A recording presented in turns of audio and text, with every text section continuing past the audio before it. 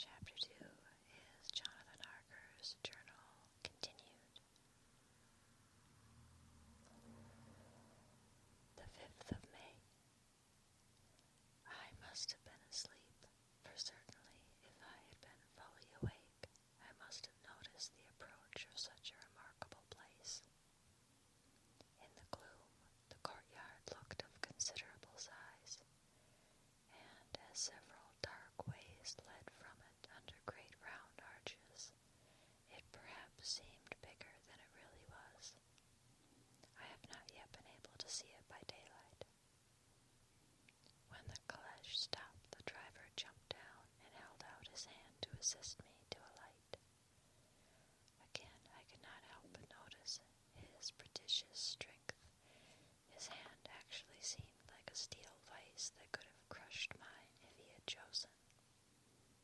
Then he took my traps and placed them on the ground beside me as I stood close to a great door, old and studded with large iron nails, and set in a projecting doorway of massive stone. I could even see in the dim light that the stone was massively carved, but that the carving had been much worn by time and weather. As I stood, the driver jumped again into his seat and shook the reins. The horses started forward, and trap and all disappeared down one of the dark openings. I stood in silence where I was, for I did not know what to do. Of bell or knocker there was no sign. Through these frowning walls and dark window openings, it was not likely that my voice could penetrate. The time I waited seemed endless, and I felt doubts and fears crowding upon me. What sort of place had I come to, and among what kind of people? What sort of grim adventure was it on which I had embarked? Was this a customary incident in the life of a solicitor's clerk sent out to explain the purchase of a London estate to a foreigner? Solicitor's clerk. Mina would not like that. Solicitor. For just before leaving London, I got word that my examination was successful, and I am now a full-blown solicitor. I began to rub my eyes and pinch myself to see if I were awake. It all seemed like a horrible nightmare to me, and I expected that I should suddenly awake and find myself at home, with the dawn struggling in through the windows, as I had now and then felt in the morning after a day of overwork. But my flesh answered the pinching test,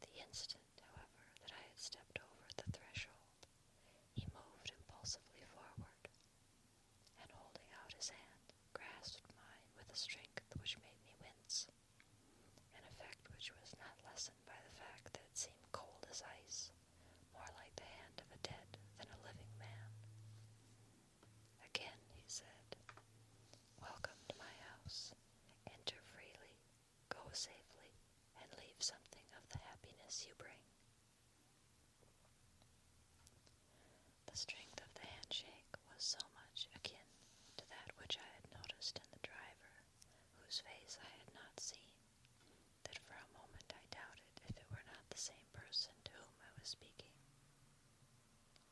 So, to make sure,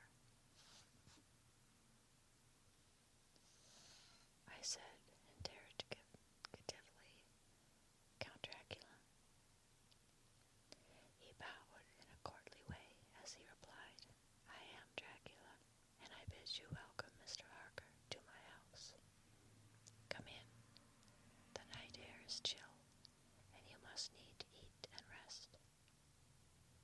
As he was speaking, he put the lamp on a bracket on the wall and stepped out, and stepping out, took my luggage. He had carried it in before I could forestall him. I protested, but he insisted. "Nay, sir, you are my guest. It is late, and my people are not available.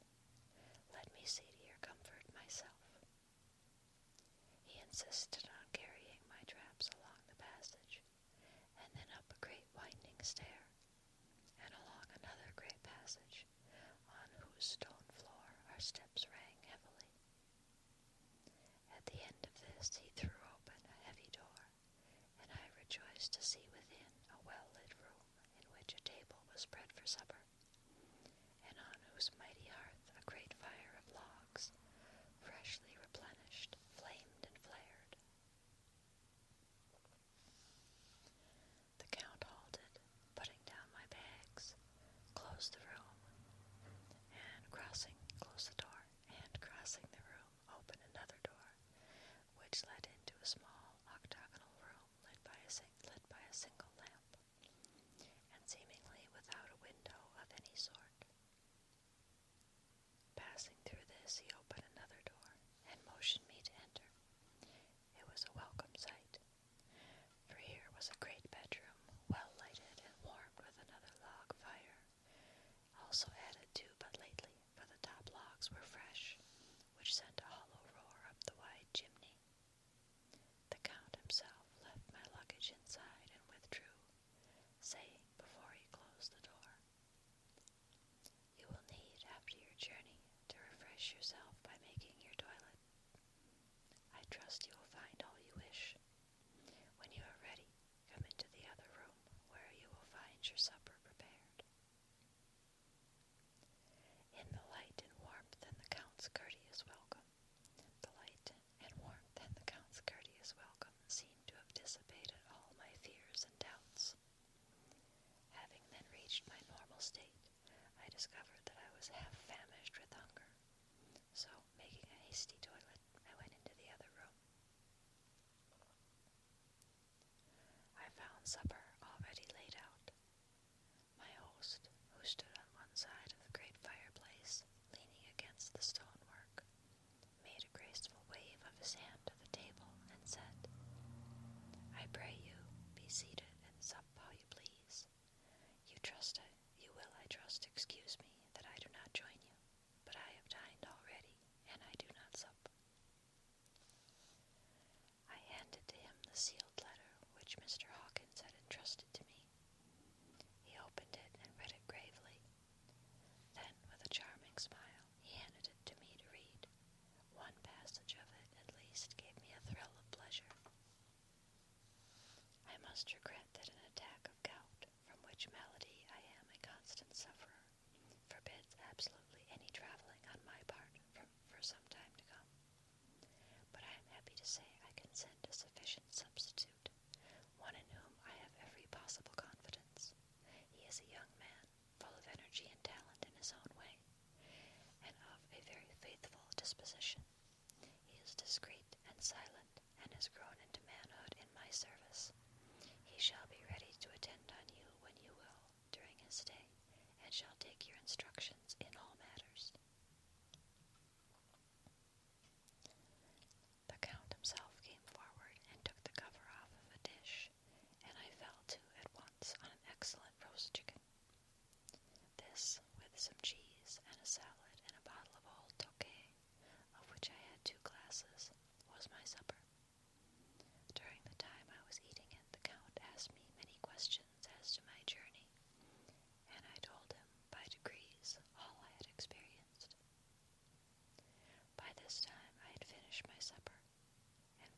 host's sire had drawn up a chair by the fire and begun to smoke a cigar which he offered me, at the same time excusing himself that he did not smoke.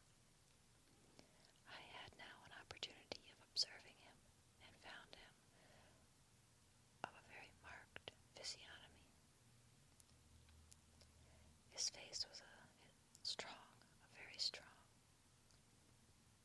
aquiline, with high bridge of the thin nose and peculiarly arched nostrils, with lofty domed forehead,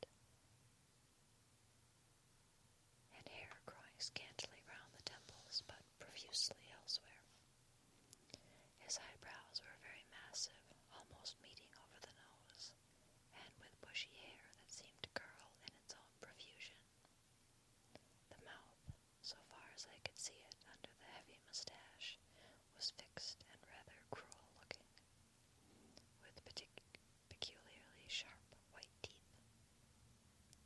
These protruded over the lips, whose remarkable ruddiness showed astonishing vitality in a man of his years.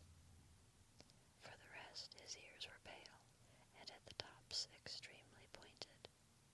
The chin was broad and strong, and the cheeks firm, though thin. The general effect was one of extraordinary pallor.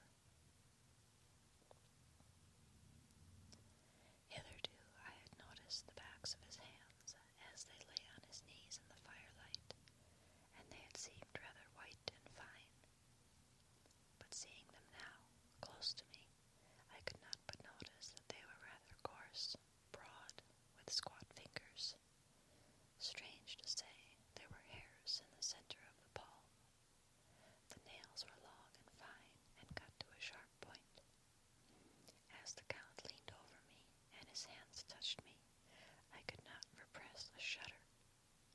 It may have been that his breath was rank, but a horrible feeling of nausea came over me, which, do what I would, I could not conceal. The Count, evidently noticing it, drew back, and with a grim sort of smile, which showed more than he had yet done his protuberant teeth, sat himself down again on his own side of the fireplace. We were both silent for a while, and as I looked toward the window, I saw the first dim streak of the coming dawn. There seemed a strange stillness over everything, but as I listened, I heard, as if from down below in the valley, the howling of many wolves. The Count's eyes gleamed, and he said, "Listen to them, the children of the night. What music they make." Seeing, I suppose, some expression in my face strange to him, he added, "Ah, sir, you dwellers in the city cannot enter into the feelings of the hunter." Then he rose and said, "But you must be tired. Your bedroom is all ready, and tomorrow you shall sleep as late as you will. I have to be away till the afternoon, so sleep well and dream well."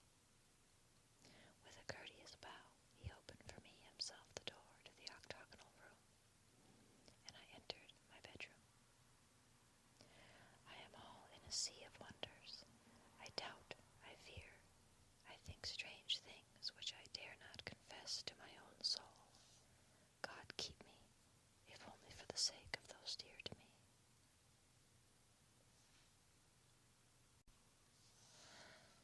The 7th of May. It is again early morning, but I have rested and enjoyed the last 24 hours. I slept till late in the day, and awoke of my own accord. When I had dressed myself, I went into the room where we had supped, and found a cold breakfast laid out, with coffee kept hot by the pot being placed on the hearth. There was a card on the table, on which was written, "I have to be absent for a while. Do not wait for me." Signed, D. I set to and enjoy a hearty meal. When I had done, I looked for a bell, so that I might let the servants know I had finished, but I could not find one. There are certainly odd divisions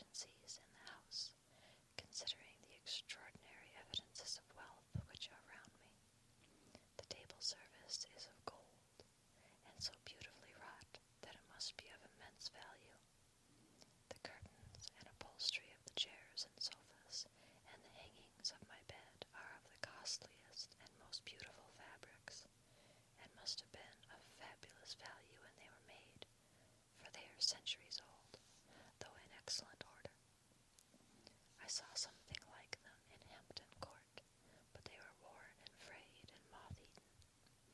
But still, in none of the rooms is there a mirror, not even a toilet glass on my table, and I have to get the little shaving glass from my bag before I could either shave or brush my hair. I have not yet seen a servant anywhere, or heard a sound near the castle except the howling of wolves.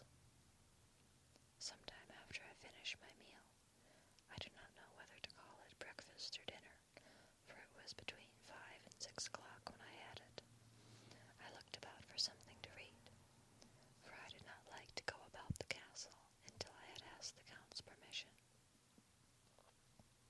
There was absolutely nothing in the room, book, newspaper, or even writing materials, so I opened another door in the room and found a sort of library.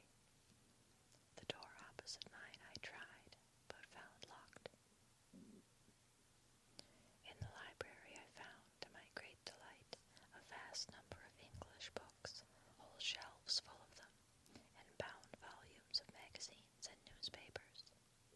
A table in the center was littered with English magazines and newspapers, though none of them were of very recent date. The books were of the most varied kind: history, geography, politics, political economy, botany, geology, law, all relating to England and English life and customs and manners. There were even such books of reference as the London Directory, the Red and Blue books, Whitaker's Almanac, the Army and Navy lists, and it somehow gladdened my heart to see it, the law list. Whilst I was looking at the books, the door opened, and the Count entered. He saluted me in a hearty way, and hoped that I had had a good night's rest. Then he went on.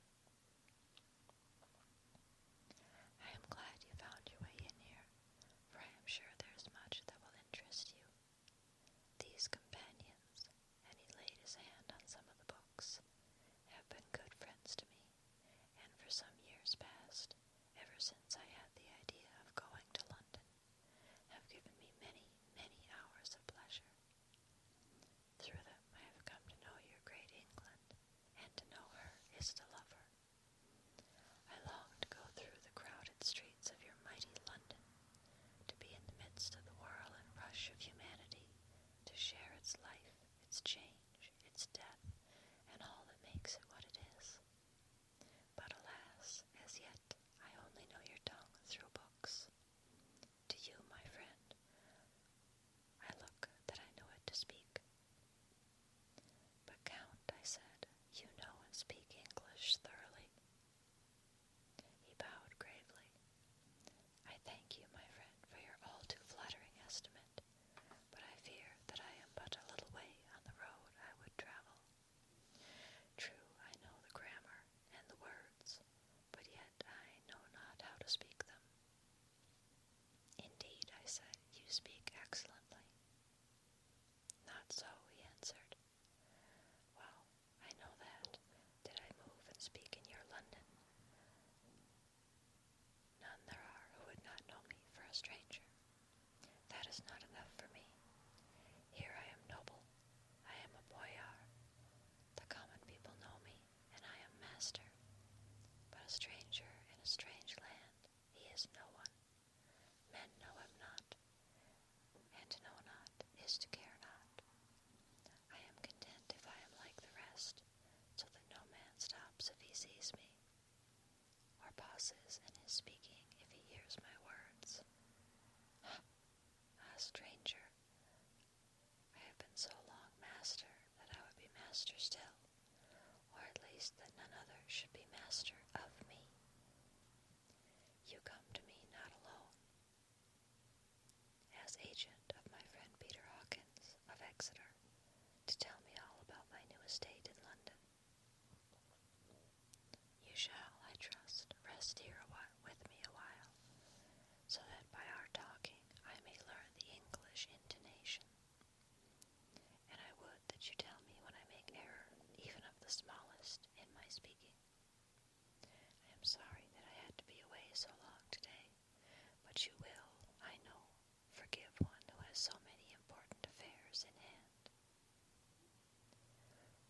course, I said all I could about being willing, and asked if I might come into that room when I chose. He answered yes, certainly, and added, "You may go anywhere you wish in the castle, except where the doors are locked, where of course you will not wish to go. There is reason that all things are as they are, and did you see with my eyes and know with my knowledge, you would perhaps better understand." I said that I was sure of this, and then he went on. "We are in Transylvania, and Transylvania is not England. Our ways are not your ways, and there shall be to you many strange things. Nay, from what you have told me of your experiences already, you know something of what strange things there may be."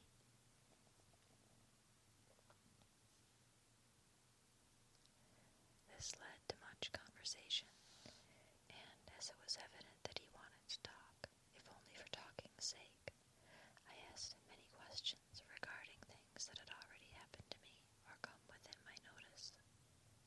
Sometimes he sheered off the subject or turned the conversation by pretending not to understand, but generally he answered all I asked most frankly. Then as time went on, and I had got somewhat bolder, I asked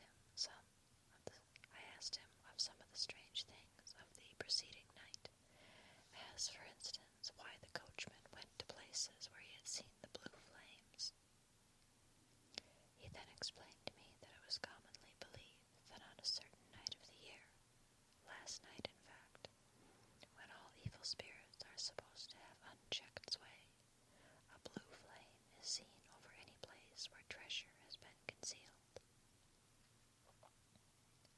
That treasure, he went on, in the region through which you came last night, there can be but little doubt, for it was the ground fought over by centuries by the Wallachian, the Saxon, and the Turk. Why, there is hardly a foot of soil in all this region that has not been enriched by the blood of men, patriots or invaders. In the old days there were stirring times when the Austrian and the Hungarian came up in hordes, and the patriots went out to meet them, men and women, the aged and the children too, and waited their coming on the rocks above the passes, that they might sweep destruction on them with their artificial avalanches.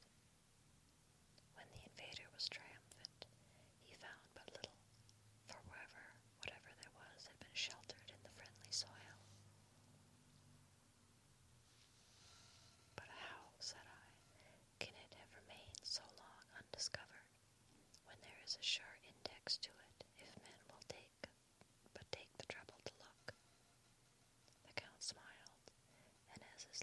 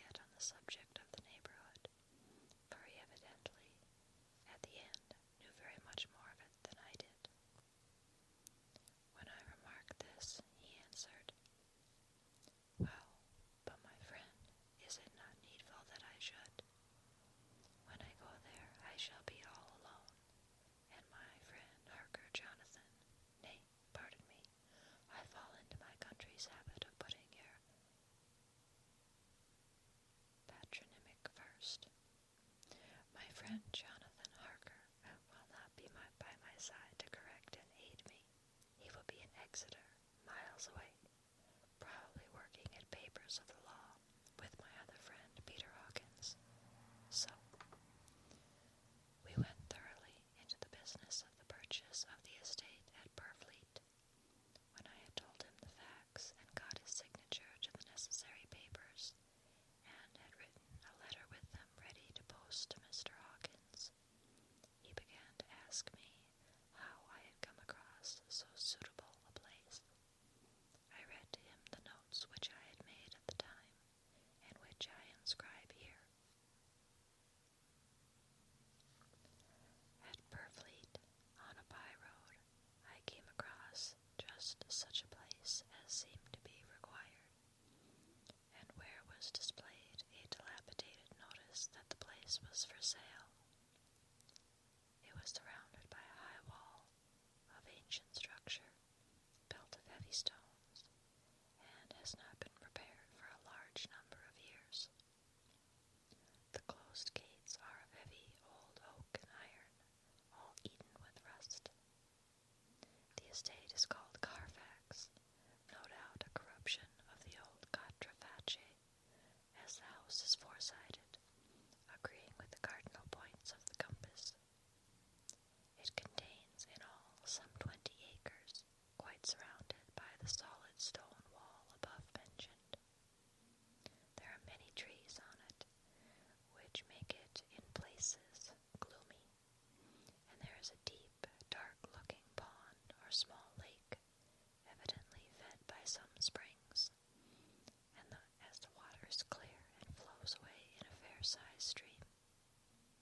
The house is very large, and of all periods back, I should say, to medieval times, for one part is of stone immensely thick, with only a few windows high up and heavily barred with iron. It looks like part of a keep, and is close to an old chapel or church. I could not enter it, as I had not the key of the door leading to it from the house, but I have taken with my kodak views of it from various points. The house had been added to, but in a very straggling way, and I can only guess at the amount of ground it covers, which must be very great. There are but few houses close at hand, one being a very large house only recently added to and formed into a private lunatic asylum. It is not, however, visible from the grounds. When I had finished, he said, "I am glad that it is old and big. I myself am of an old family, and to live in a new house would kill me. A house cannot be made habitable in a day, and after all, how few days go to make up a century. I rejoice also that there is a chapel of old times. We Transylvanian nobles love not to think that our bones may lie amongst the common dead. I seek not gaiety nor mirth, nor the bright voluptuousness of much sunshine and sparkling waters which please the young and the gay. I am no longer young, and my heart, through weary years of mourning over the dead, is not attuned to mirth. Moreover, the walls of my castle are broken. The shadows are many, and the wind breathes cold through the broken battlements and casements. I love the shade and the shadow, and would be alone with my thoughts when I may." Somehow his words and his look did not seem to accord, or else it was that his cast of face made his smile look malignant and saturnine. Presently, with an excuse, he left me, asking me to pull my papers together. He was some little time away, and I began to look at some of the books around me. One was an atlas, which I found opened naturally to England, as if that map had been much used. On looking at it, I found in certain places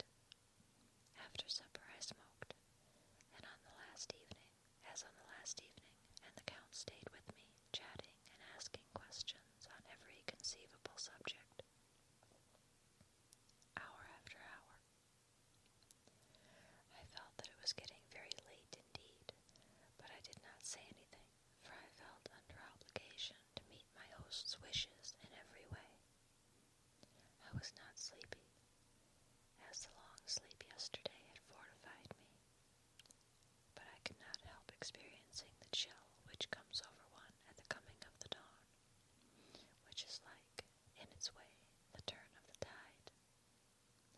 They say that people who are near death die generally at the change to dawn or at the turn of the tide. Anyone who has, when tired, and tied as it were to his post, experienced this change in the atmosphere can well believe it. All at once we heard the crow of the cock coming up with preternatural shrillness through the clear morning air. Count Dracula, jumping to his feet, said, "Why, there is the morning again. How remiss I am to let you stay up so long. You must make your conversation regarding my dear new country of England less interesting, so that I may not forget how time flies by us." And with a courtly bow, he quickly left me. I went into my room and drew the curtains, but there was little to notice. My window opened into the courtyard, and all I could see was the warm gray of quickening sky. So I pulled the curtains again, and have written of this day.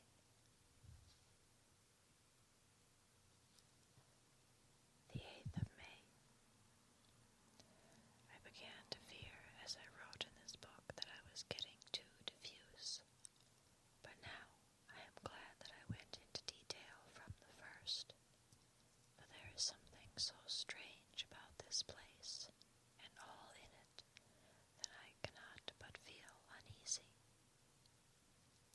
I wish I were safe out of it, or that I had never come. It may be that this strange night existence is telling on me, but would that were all. If there were anyone to talk to, I could bear it, but there is no one. I have only the Count to speak with, and he.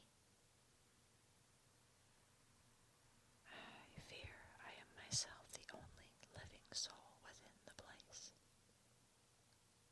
Let me be prosaic so far as facts can be.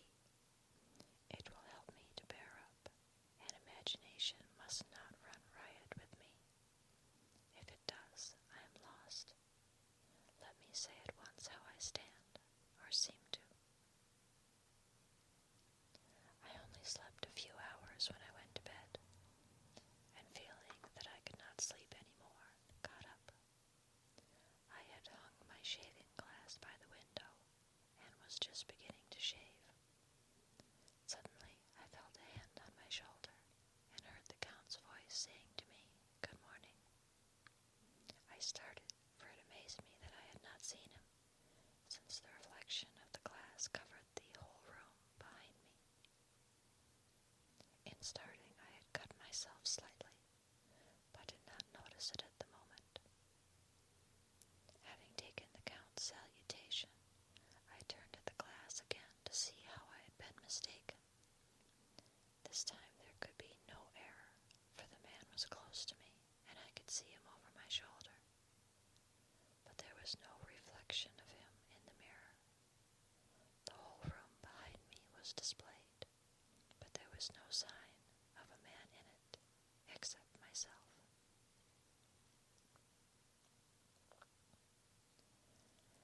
This was startling, and coming on top of so many strange things, was beginning to increase that vague feeling of uneasiness which I always have when the Count is near. But at the instant I saw that the cut had bled a little, and the blood was trickling over my chin, I laid down the razor, turning as I did so, half round to look for some sticking plaster. When the Count